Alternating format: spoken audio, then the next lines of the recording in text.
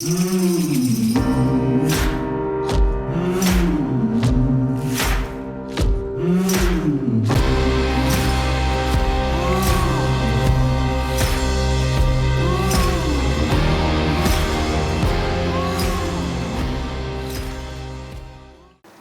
aujourd'hui je vais vous présenter les cycles de culture des légumes.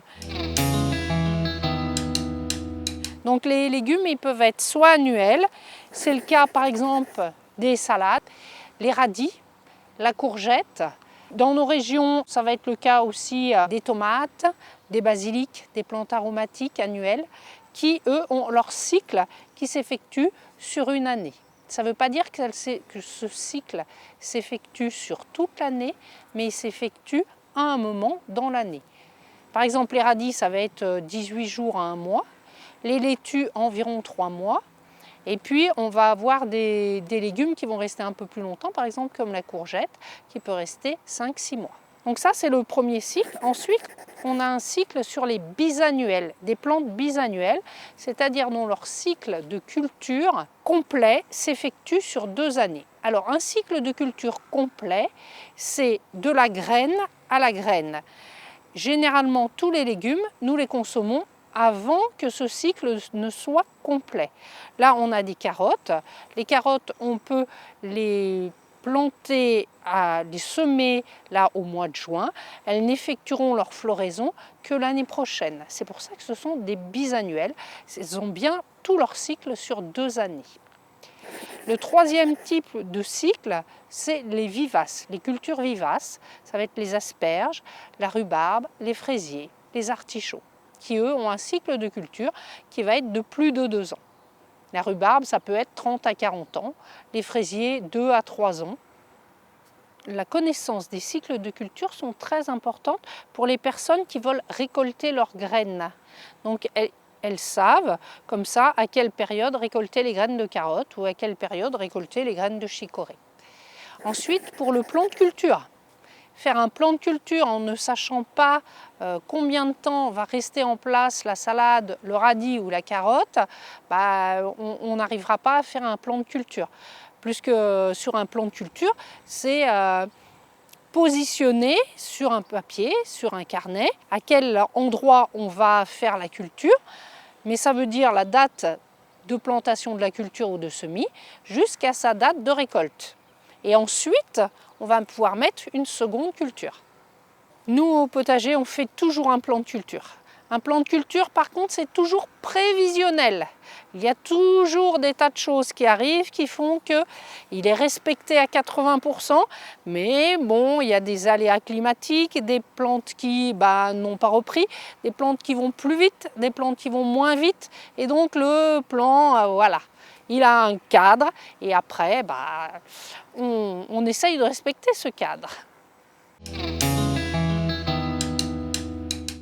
Alors ici, on est devant une culture bisannuelle, donc qu'on a semée en 2020 et qui fait sa floraison en 2021. Par contre, tous les pieds que nous avons consommés, nous les avons consommés et récoltés en 2020. Là, on a juste laissé cette plante faire des fleurs et des graines. Je peux récolter les graines, elles sont à peine à maturité. Et évidemment, tout le monde sait ce que c'est. C'est du panais. Donc le panais, c'est une carotte blanche. Et celui-ci, je l'ai arraché hier. Donc il n'est plus du tout renflé et gorgé de réserve. Voilà à quoi ressemble la racine de ces plantes.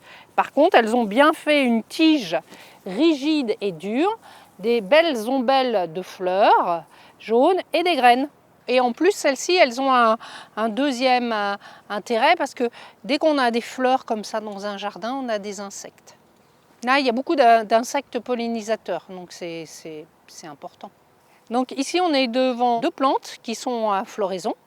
Donc la première, on la reconnaît un peu à ses feuilles. Donc c'est les côtes de blettes. Donc on l'a plantée l'année dernière et cette année, elle s'est mise à fleur. Et là, tous ces petits glomérats, ce sont des graines. Et puis cette deuxième plante là, c'est simplement une carotte qui a fait toutes ses fleurs et qui fera des centaines et des centaines de graines. Et donc quand on récolte les graines, on récolte en priorité sur l'ombelle, parce que la fleur s'appelle une ombelle, sur l'ombelle principale qui est toujours la plus grosse, la plus belle et qui donnera les plus grosses graines. Et après c'est des ombelles périphériques, mais celles-ci donneront aussi des belles graines. Ici on est devant une culture de poireaux qui a monté en fleurs, donc qui a plus d'une année. Et voilà, là il va faire son cycle. Donc ici les fleurs qui vont devenir des graines. Et celui-ci, il est quand même assez particulier parce que les graines ont déjà germé sur le pied avec l'humidité de tous ces jours. Et si j'arrive à récolter, on a déjà les petits poireaux. Alors je l'ai un peu mal cassé, mais voilà, on pourrait aussi replanter les petits poireaux. Donc ici on est devant une plante vivace, et une vivace de très très longue durée. Plus que cette plante, elle peut rester en place 30, 40 ans, voire plus. C'est une rhubarbe. La rhubarbe, elle, ce qu'elle a besoin, c'est un sol extrêmement fertile, parce qu'elle a un développement important.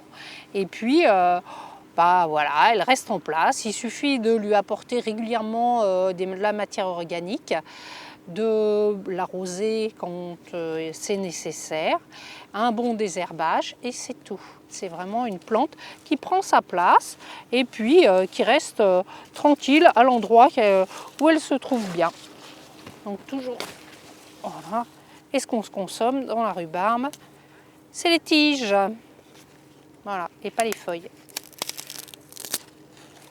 Les cultures annuelles et les cultures bisannuelles, comme elles changent d'endroit, on les plante pour une saison et puis c'est tout.